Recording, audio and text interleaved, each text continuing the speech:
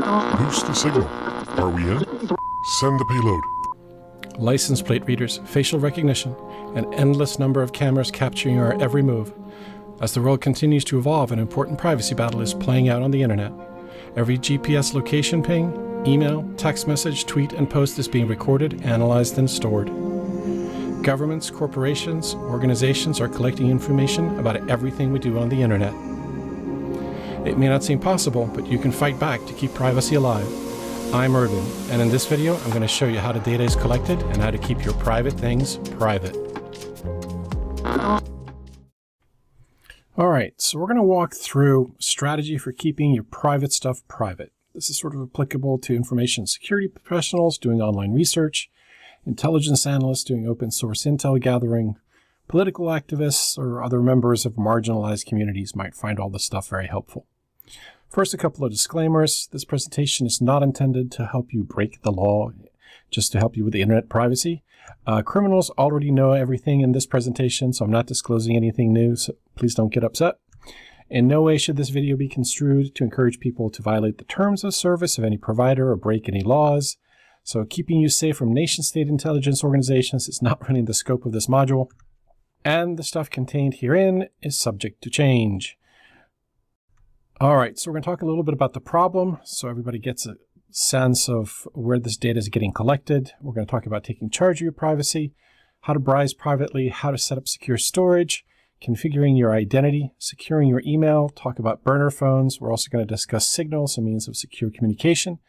We're going to talk about social media accounts, how to put up censor-resistant websites. We're going to talk a little bit about online payments, and then talk about the disposable identity that we've just covered in this presentation.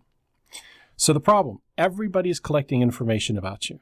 Internet browser private mode doesn't really do much for you. There's no real privacy behind that. Your internet provider, the browser you use, phone apps, even your operating system on your computer and on your cell phone, they collect all the data that they possibly can from you, including geolocation, DNS data, cookies, it tells them what you do on websites, even HTTPS websites, emails, they read and monitor all your email, searches, what you look up using search engines like Google. Phone data. Now, phone is a particular problem because your cell phone is basically an active tracking and data collection device that you wear voluntarily. Geolocation data is collected and harvested by handset operating system that you use, the Apple, the Androids, by the telephone carrier, and then also by most apps that you install on your phone. TikTok is particularly problematic because it monetizes you with advertisements, but also records keystrokes and sends them back to China, which is probably something you don't want. Emails, map direction history, browsing history, app usage, and all the other data on your cell phone is fair game to pull off your device and analyze. All SMS text messages are recorded and kept by your service provider since they're broadcast in clear text. The pictures that you take have GPS coordinates embedded in them, so when you take that picture of your family, inside that picture is the location exactly where that photo was taken, which can be a problem. We also have the quote-unquote helpful assistants that everybody loves. The Amazon Alexa, Google Assist, Siri. They actively listen and record all noise and conversations in your room and send it to the provider for processing. Some recordings are manually reviewed for security and training purposes if you read the service agreements. You're basically placing an active listening device in your home. Depending upon your location, this could be used for political persecution. People are starting to flag inappropriate or seditious speech, whatever that means, inside their platforms and starting to report people to the authorities. So think carefully before you install one in your home or activate it on your phone. Consider turning it off or turning the internet access off when you're having a conversation that you don't want people to listen in on. All right, so we're going to talk a little about taking charge of your privacy. So there's ways to limit all this intrusion into your life and gathering of data. So you can take some steps to mitigate tracking of all your data from all your different devices. Now, it does require some significant effort on your part on an ongoing basis. You have to change the way that you interact with the internet. Nothing worthwhile is really easy, but a measure of discretion and privacy is worth it. Wouldn't you think? I certainly think so. So we're going to focus on keeping your stuff private from internet service providers, big tech companies, DNS providers, websites, your average civilian, and local authorities. So the kind of people that like to spy on you for no particularly good reason and get away with all your data. So while it can seem intimidating, I will provide you a step-by-step strategy on how to do all this stuff. First, we're going to talk about browser settings I'm going to show you how to change the browser settings to improve the privacy when you surf. We're going to talk to you about private VPNs and how they can help you mitigate data that's being leaked as you're surfing the internet. We're going to talk about secure storage, how you can securely store information on your computer. We're going to talk about how you create a pseudonym, how you to separate some of your online activity from the real you. We're going to talk about secure email, how to send and receive secure email that's not being read by everybody. We're going to talk about burner phones, what they are, how to set one up that's not tightly tied to your identity. We're going to talk about setting up a Signal account to show you how to encrypt text messages as well as your phone calls on your phone. We're going to talk about social media accounts. We're going to talk about how you can use the pseudonym identity to set up social media accounts to create a layer of abstraction between you and those accounts. We're also going to talk about websites, how to create a website that's resilient against censorship. We're also going to talk a little bit about online payments. All right, so depending upon the level of privacy you need and how much work you tend to do, you may want to have a dedicated laptop to separate all this activity from your regular computer use. You can use your regular laptop as long as you always use private VPN, a privacy configured browser, or a Tor browser. Ideally, it should be on a separate device. In this scenario that we're going to cover today, we're going to be talking about setting up a burner phone for using most of the private communication. So at the end of this process, you should have a phone that you can use for secure communication that's based on a pseudonym. All right, so browsing privately. We need to change the default settings and set up a private VPN in order to browse privately. So first, we're going to talk about adjusting your browser setup. Before you do anything else, install Firefox on your computer and update the settings to make it more private. You can use the Firefox in private browsing mode and lockdown security setting to disable scripts and only allow cookies that you specifically authorized.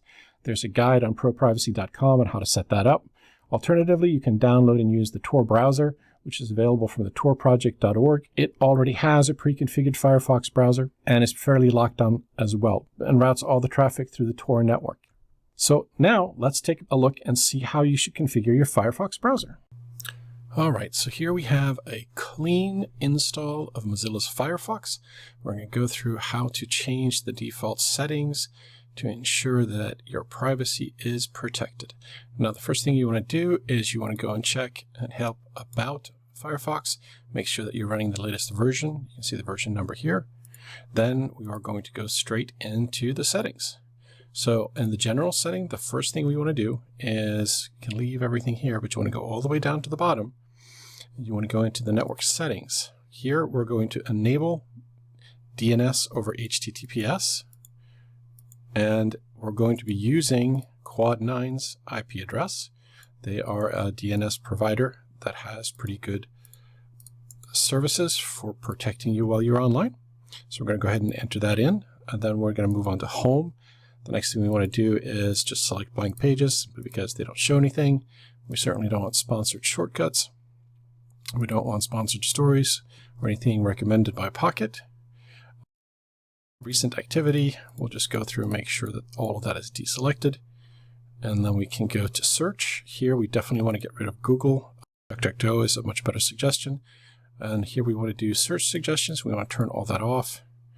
And for the search shortcuts, we want to make sure that none of these guys are actually enabled. We want to leave just DuckDuckGo and then bookmarks, tabs, history, actions. And then we get to the main event, the privacy and security piece. So now we want to go ahead and select strict. And then we want to make sure that we delete cookies and site data. Firefox is closed. Don't want to show any logins and passwords. Don't want to do any autofill for credit cards or addresses. For history here, we want to make sure that we select never remember history. That's going to force us to restart Firefox. We'll go back to settings. And then we'll go back to privacy and security where we were. So now we're always use private browsing mode. So it's going to not remember history at all, which is what we want. So the next thing we want to do is change the permissions. We want to go to location, block new requests for location, camera, and microphone so that they're blocked by default. And then we want to turn off all the data collection stuff from Firefox. The deceptive content we can leave. We want to make sure that we enable HTTPS only mode. And that is it. Those are all the settings. Now, if that messes up your favorite sites and those sorts of things, you can go to Help, More Troubleshooting Information, and it'll bring up this page right here and up here, refresh Firefox, will actually reset everything to the default settings. And then you'll be back right where you started from. All right, the next step in browsing securely is setting up a private VPN. This basically encrypts the connection and creates a different point on the internet for you. A couple of the providers that I like is NordVPN and PIA, private internet access. The way that a private VPN works is you have your computer that connects to the internet, which leaves everybody free to spy on everything that goes on that particular connection. If you get a private VPN provider, you will connect to them using a VPN tunnel over your internet connection, which creates an encrypted connection between you and the private VPN. That means that they can no longer read the data that's going between you and the internet, and it gives you a different IP address and geolocation. So it gives you a different entry point to the internet than what your house would be. And then that is how you get past most people snooping on all your internet surfing. Alternatively, you can set up your own router using Tor. That's a lot more complex, so we're not going to go ahead and cover it here. You're far better off, if you're getting started with this, is to pay the money for a commercial private VPN provider. All right, well, let's set up your private VPN.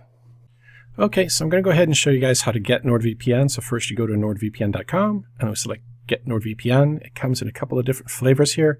What we need is the standard version. So we're going to go ahead and do the 1-year plan, and then we're going to get the standard version. All right, so you start by entering in your email address. Then you put in your credit card information, usual, then click continue when you're done. When that is successful, you can go ahead and activate your account. It'll send you a PIN number to your inbox. I've blurred out my email address there. We're going to do a password.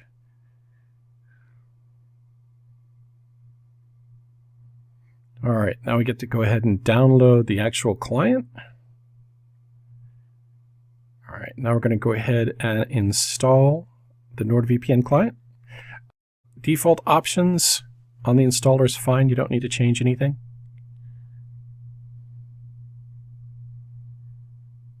So this is installing the actual VPN client on your computer, and we'll launch. And then you have to log in via the website to select the account. It's a little hokey, but it'll prompt you. Use Firefox, select the account. Mine's blurred out, but you can see where it is. And then it's going to tell you to open the link, which will open the client. And there you go. Now you are logged in. So you can see on the map here, there's various exit points for you to choose from on a global map. There's also some countries up at the top for quick connects. There's a menu drop down there that you can expand to get some additional options. But we're going to go ahead and connect to Germany. All right, so we have a private VPN connection exiting through Germany. So let's go to DuckDuckGo and see what it thinks our actual IP address and geolocation is. All right, you can see some track blocking up there, but the fun thing is it now thinks I'm in Germany. And if you look at the task menu, you'll find the NordVPN icon down there. If you right-click on it, you'll get some abbreviated options for connecting, disconnecting, and some of the recent connections that you had, quitting the app, that kind of stuff. If you click on it once, it'll bring up the full client interface with all the menu options, including dedicated IP or the Onion over VPN, which is what I was talking about earlier in the presentation. So you can actually run your VPN through the Onion network, a host of different exit countries for your connection. You can also turn on threat protection. There's a light version, force you to reset the connection, but then you can also turn on the full threat protection, which should block a number of different things. So if you check the settings here, and you can see it blocks ads, block trackers, DNS filtering, that sort of stuff. So now the threat protection is turned on. All right, so if we go back up here to our map, you can see that we're connected. So let's disconnect. So I'll go to the taskbar and we'll reconnect using the Quick Connect. So that's our recent connection. So now we're connected back up again. And that's it. That's all there is to it. That's all it takes to get a private VPN up and running. All right. Now I want to talk a little bit about secure storage, a safe place to put your private stuff. So secure local storage is basically a file on your disk that is an encrypted container. And inside that container, you can put other files. So think of it as a box within a box. And this is a place where you can store your data and keep it private. You can use a free open source tool such as VeriCrypt. They have decent software. It's free. There's a guide to them on proprivacy.com. In there, you can store any data, including password information, Word, Excel, text documents, any other format that you want. Make sure to use a long and secure password for the encrypted container, at least 25 characters, to keep people from breaking that particular password or cracking it. You can use phrases like the one here to come up with ways for you to remember long and complex passwords, so you're not memorizing random bits of letters and numbers all strewn together. All right, let's take a quick look at how to use VeriCrypt to set up an encrypted volume. All right, so I'm going to show you how to create a local encrypted container using VeriCrypt. So go to vericrypt.fr, go to Downloads, and since we're running Windows, we're going to find the latest MSI installer and download it. Then we'll go to our Downloads and run the installer. The default options here after you accept the license agreement are all fine. Go ahead and install. It's going to prompt you for a tutorial, but we can skip that for now. We'll click Finish. All right, it's installed. So here's the main interface. It's a little sparse, but up at the top, you'll see different options that look pretty intimidating. But the good news is we don't actually have to use any of those. So we're just going to create a simple storage volume. So create an encrypted file container. Standard.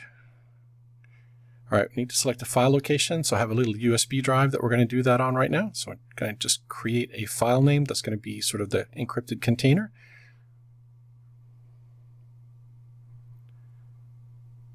All right, we get to pick the encryption algorithm. There's a whole bunch there, but you can leave the default options of AES, SHA-512. Pick a size for the volume, 1 gigabyte. That should be sufficient for our files. Now we'll set a password on this.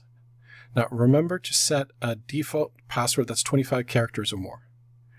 And then you can collect some random information from mouse movements to generate the keys. And once that's done, we can just click the Format button to format our container. All right, the volume has successfully been created. The next step is to mount the volume. So we're going to select the K drive and we're going to say select File and Mount. So we'll go back and we'll pick that file that we just created on the USB drive.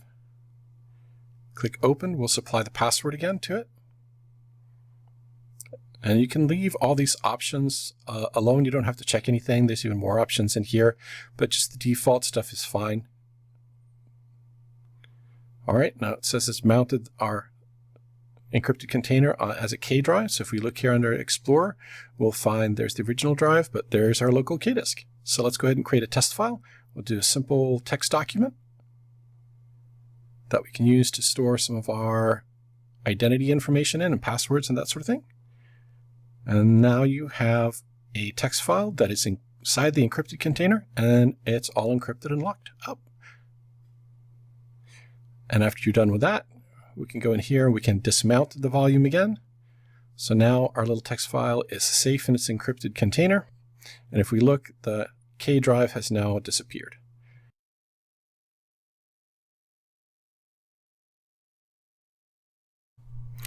All right, so if we want to get back in and look at that file, we'll mount the drive again. So we'll go and select File and Mount.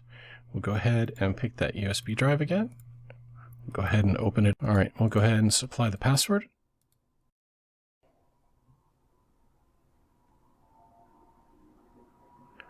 All right, it's mounted the drive. There it is. And here we have our little text file that we created earlier.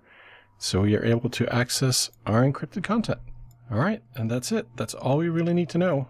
And go ahead and dismount it again. Now you should be all set. All right, let's take a moment and talk about your identity. So it's really impossible to keep your own identity private. There's so many things collecting information about you, coming in contact with your accounts. Companies with security problems get hacked, losing whatever personal information that they have on you. Everyone is basically trying to create a profile of you as a consumer without your knowledge and your consent. That's why we recommend creating a pseudonym identity, similar to a stage name or pen name that's used for performers and authors. You can use this identity to establish email accounts, social media accounts, and to register devices. So it's the first step in building out an alternate persona, which is not tied to your own identity. And you can use this other persona to segment out some of your social activities, social media websites, email, and those sorts of things. So it's kind of hiding in plain sight. So what you want to do is you want to create a text file in an encrypted container, which we all know how to do. And you can put your background information about your pseudonym identity in there so that you don't have to try to remember everything. Start by picking a full name, date of birth, and a gender. Pick the city, state, zip code of where your pseudonym identity resides, right? Be creative. Also stay realistic. We're looking for something that looks like a real person, right? Pick 3 to 4 security questions that you can use, elementary school, name of first pet, etc. Fill out the answers. Make sure that you don't have any answers that actually correspond to your real answers. Make sure that you don't reuse passwords between sites, applications, and accounts, stuff like that. All right. Now that we have our persona, let's get ourselves an email account. Now, the big problem with email is that if you use things like Gmail, Office 365, Yahoo, they're basically automatically reading and analyzing your emails for marketing and other purposes. So, for example, you and your spouse start swapping emails about buying a new house. All of a sudden, you see advertisements for home mortgages. Kind of creepy. All right. They also cooperate and provide large amounts of data to third parties. So it's really a problem trying to keep anything private if you use these services. The services are free because you are the product. So you're going to need an email account that can protect your emails and provide end-to-end encryption and storage of your emails. Now, there are a few providers like Tutanota, Proton, Secure My Email that can provide that service for you. Proton and Tutanota, they're all free. Secure My Email as well. These guys have some good options for you. The key is to pick an encrypted email provider that most people in your community use. If most people in your community use Proton, you should go with Proton so that your communication back and forth between the two of you are encrypted by the same provider. Because if you send something to a Gmail account from your encrypted account, well, the Gmail account's not encrypted, so that particular side is going to read the emails going back and forth. You can look at a review at proprivacy.com to see what the differences are between some of these providers and pick one that best suits you. So as long as you have a secure email account tied to your pseudonym rather than your real ID, then that's going to help protect your privacy to some degree, as long as you don't send out information about your real identity under the pseudonym accounts. The best scenario, again, is if both parties use the secure email service. Look at everyone in your area of interest and try picking something that most people already use. That's really important because that's going to save you a lot of headaches in terms of making this stuff work going forward. That being said, email is really hard to secure and has many opportunities for data leakage. Take care what you put in messages you send and always assume that they will end up being public. Make sure to delete your online email and empty your trash as often as possible. If somebody gets access to those email servers, one can't get what is not there. So first, set up the secure browsing as we've talked about before in previous sections. So never access the email provider's web interface directly from your computer without either using a private VPN or Firefox or a Tor browser, because then they will tie your home IP address to your new secure email account, which is not what we want, right? Go to the selected provider's website like Proton and then go ahead and sign up, picking your username that corresponds to your pseudonym identity, and you're off to the races. They also provide things like calendars, cloud storage, and all that sort of stuff, but I really wouldn't recommend sticking with that. Recommend you stick strictly with email, keep local calendars, local storage. You can install mobile versions of their email client on your burner phone once we get that set up, and then you can use that phone to basically coordinate all your communication. So if you're sending sensitive information like passwords and things like that, I would recommend that you send those things using Signal. Or if you're going to send a file, that you send a protected zip file and then send it as an attachment and then send the password via a different channel like an SMS or Signal message. Make sure to use your burner phone. For more information on how to create password-protected zip files using zip, you can see this link in here for ziphelp.com. It's pretty straightforward. Sometimes the .zip extension will get blocked by security gateways. A quick little IT workaround of that is to rename the extension from zip to bin and have the recipient change the extension back to zip after they receive it. All right, burner phones. How to give your pseudonym a new phone. Basically, everybody wants a phone number to validate, right? If you go sign up for any social media account, they go, oh, what's your phone number so we can validate? What's your phone number that you can validate? Even email accounts, right? What they really want to do is tie your phone to your account for tracking and marketing purposes. Now, a burner phone is basically just a prepaid, unlocked phone that you're going to tie to your pseudonym rather than your own ID, right? So how does that work? To build one, you need an unlocked Android phone, a SIM card, and a prepaid usage card from a pay-as-you-go cellular provider. Unlocked phones you can purchase from a number of mainstream stores like Best Buy, B&H Photo, Walmart, and many others. What that means is they are not tied to a particular vendor like Verizon or AT&T. Make sure you pay for your phone in cash or prepaid gift cards so your credit cards don't become linked to your phone. All right. Next, you will need a SIM card, the chip in the phone that allows you to connect to the cellular provider's network. Right? They're usually like $1 or $2. They're not expensive. You can get them at the same place where you get your phone, or you can buy them at a different store. You'll also need to get a pay-as-you-go service card with minutes and data for a certain number of days. Start with a small package, then add on minutes and data once you make sure that everything is set up and running. There are a number of different providers that you can choose from, like TracFone, Boost, Mint, and Tello. Make sure you pay cash for the SIM card, service plan, and any refills. Again, you don't want your credit card to get tied to any of these things. While some stores require picture ID to purchase SIM cards, especially in Europe, most in the US do not. But you can also find SIM cards online in places like eBay. It's a little bit more complicated to buy and get delivered privately. Make sure you use prepaid gift cards for purchases, and check out as a guest and use alternate shipping addresses, all that sort of stuff. Like I said, it's get more involved, but the idea here is you want to get your phone, your SIM card, or your service plans using cash in a way that does not directly tie back to you, right? So the setup is pretty similar for most services, but the specific steps vary by phone and service provider. Use your private browsing techniques that we talked about previously for the activation process. Like I said, otherwise the service provider is going to link your phone to your home IP address. During the phone activation setup, it's going to ask you for all sorts of information. Make sure you use all your pseudonym information that you created before. When you finish setting up your phone, it's going to prompt you for a Gmail account, so you can download your apps and all that sort of stuff. Select the option to create a new Gmail account for this purpose, just using your pseudonym information. And don't use this Gmail email account for anything else. Never tie a credit card to it. Don't send mail through it. It's just there to enable you to download Google Apps onto your phone.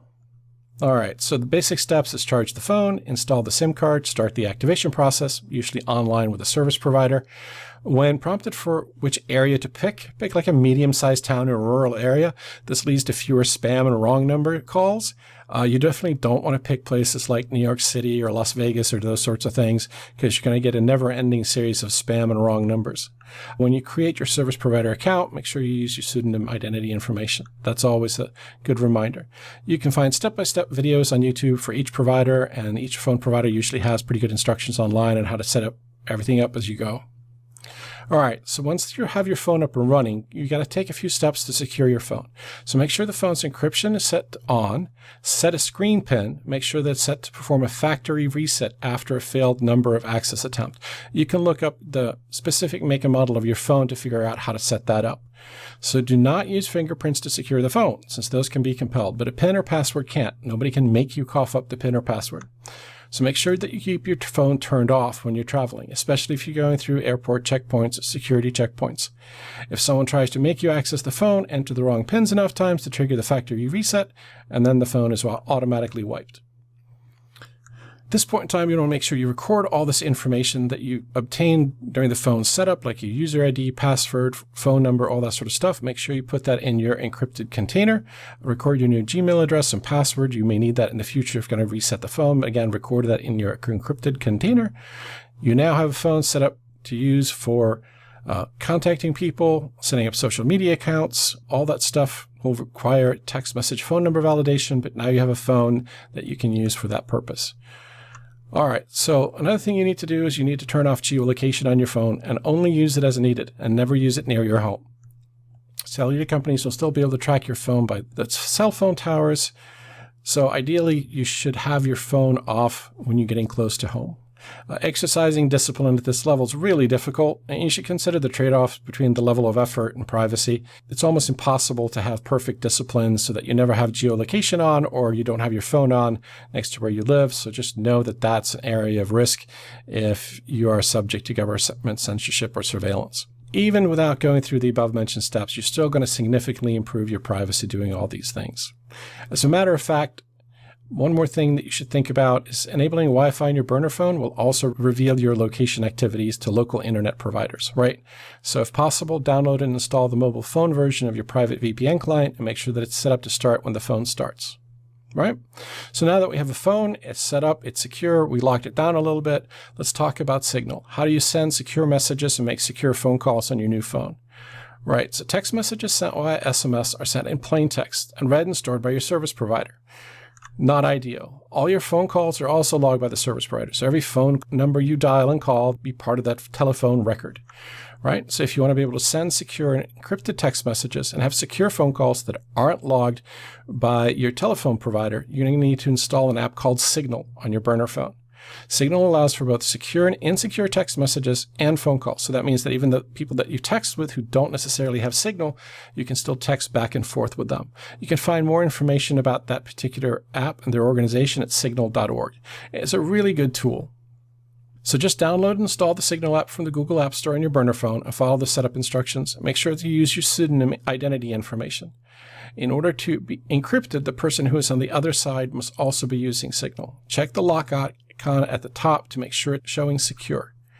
If not, you can invite the other party to install and connect via Signal. It's definitely a secure communication tool that you want to add to your arsenal. Even if you don't go through the pseudonym identity, I strongly recommend that you switch over and start using things like Signal and a private VPN and a properly configured Firefox browser. Even if you do that on your own computer and things, it's really going to reduce the amount of information about you that is leaking out to all these other parties.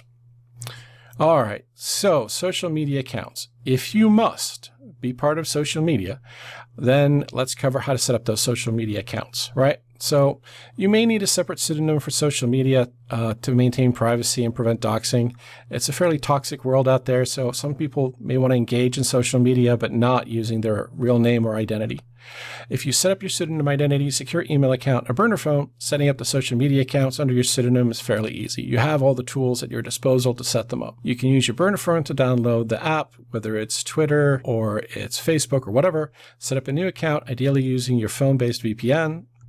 If you're using your computer, don't forget to start your private VPN and use a Firefox browser or your Tor browser so that you're surfing the net with privacy when you set these accounts up. Enter in all your account information. You want to pick a username that correlates to your pseudonym name. For example, if your pseudonym is Susan Worrell, then use an account name like the Susan or Susan Worrell 65 or something that most people would recognize as a normal sounding handle.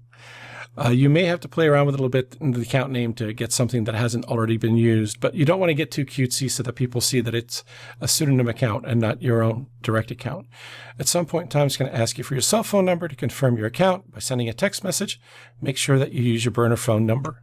Write down your username, password, and any security questions in the text file that you keep in your encrypted container. Never use the new social media accounts on your regular phone. Only use those accounts on your burner phone. Never log into your social media accounts on your regular computer without using the private VPN or a Tor browser. Try not to commingle your social media contacts and messages. That can lead to cross-identification or tying the two accounts together. All right, so let's talk about websites. Setting up some protected websites. So censorship and deplatforming is definitely something that's on the rise right now. People are really starting to go against free speech. So you may have some issues depending upon what you're trying to do. You may want to put up a blog or a website, or you may be at risk from overzealous hosting companies or government censorship, whatever the deal may be. So one solution is to host your site offshore in a country that has better privacy laws than where you are. And that'll also help you make you immune from the gripes of your local government. All right, so how do you do offshore website hosting? Well, there's a good article at hostadvice.com for offshore hosting that talks about the different hosting companies that do this sort of thing. Review and select a hosting provider from their location that has the most advantageous privacy laws for what you're doing. For example, AbleHost is located in the Netherlands, which we know have very different laws about certain things than the US does. All right. So online payments. So this is where things really get tricky. Follow the money, right? So money's really designed to be tracked, and that's what everybody wants to do. So if you buy, sell, or accept deposits for services online, it's really difficult to protect your identity without putting your real names out there. Opening any financial accounts with anything but your real name and identity is most often a serious crime. We strongly do not recommend trying to circumvent any banking or financial laws. It's a really good way to end up in jail. You can still use services like Venmo, Cash App, or PayPal that aren't really directly tied to your identity, but you got to understand which personal information is being revealed. Like if you just provide the email address, PayPal will happily convert that over to a name and reveal your username to the other person who sent you the money just using an email address, and vice versa. So you just have to understand how these services work and what information you're actually revealing. Cash App actually seems to allow for both account names and legal names, which would indicate that they have the ability to support pseudonyms or at least nicknames and those sorts of things, which might be helpful. All right. So the best way to get your real name out of the financial transactions is actually to open up your own business. So if you own a business, you can open up bank accounts and payment accounts and all this sort of thing in your company name and not your personal name. Now, you still need to protect your company information. You can open up your own account. You can get a lawyer to help you to make sure that your registration paperwork stays private, or there's also online services like LegalZoom if you're not trying to maintain a certain level of privacy, because certain company registration information goes online and is actually searchable. All right. Keep in mind that you still have to do state, federal filing obligations. This is not a dodge. It's just setting up your own company so that you don't have to put your name out there. But you are able to set up accounts using the business name for your deposits and payments and all that sort of stuff. If you set up with the right bank account, you can also accept credit card payments under the company name for any products and services that you sell. And that's very helpful if you don't want to have your name associated with all those sorts of transactions. So there's a lot more to cover on this particular topic that we're not going to cover here. I just wanted to mention it because it's a very good vehicle for protecting your privacy, but there's a lot more to this. And if this is something that you want to do, you probably should go consult some experts. Now, let's talk about this concept of the pseudonym. What's nice about this is if you break it all out into a pseudonym identity, it's really separate, disposable, the way that we've set this up, right? So if your account becomes the target of harassment, or you just want to part ways with it, simply delete your accounts, pull the SIM card out of your phone, you're off and running. All that stuff just goes away. And we really think the pseudonym identity is a necessary tool in today's environment. There's so much surveillance and censorship that this is definitely a tool that you should have in your arsenal. So with that, I think you're good to go. We've covered a lot of stuff here. You're now armed with the knowledge that you need to protect your privacy. It seems like a lot of effort, but if you do it all the time, it's going to become second nature, and you're not even going to think twice about it. It's also the means and methods of data collection change from time to time, so it's important to keep up to date. One vulnerability could expose other data, so it's something that you definitely want to stay on top of. So just to do a recap, we talked a little bit about what the problem is. We talked about taking charge of your privacy. We talked about browsing privately, how to do that. We talked about secure storage. We talked about your identity, secure email, burner phones, Signal as a tool, social media accounts, websites, online payments, and then how disposable this pseudonym identity really is and what the benefits of that are. So hopefully you found this information helpful. Some more disclaimers. This does not contain enough information to evade serious law enforcement efforts. So if you're thinking of breaking the law, you're not going to get very far. So this is all accurate at the time of production, but this information may change. Like I said before, subject to change. No guarantees or promises about effectiveness. There's so many ins and outs to this, leaks in platforms, vulnerabilities, that there is always some risk of some of this information being exposed out on the internet. Please consult your local law before trying any of this. Some of this stuff may be illegal in some certain countries, so we don't want you to get into any sort of trouble. That about wraps it up. I'd like to give a big hat tip to James and Ben for their assistance in this research for the past few years. Hope to see you next time. Thanks for watching. Hope you found this training insightful and helpful. More content to come, so please don't forget to like, share, and subscribe. Until next time, keep it private and keep it safe.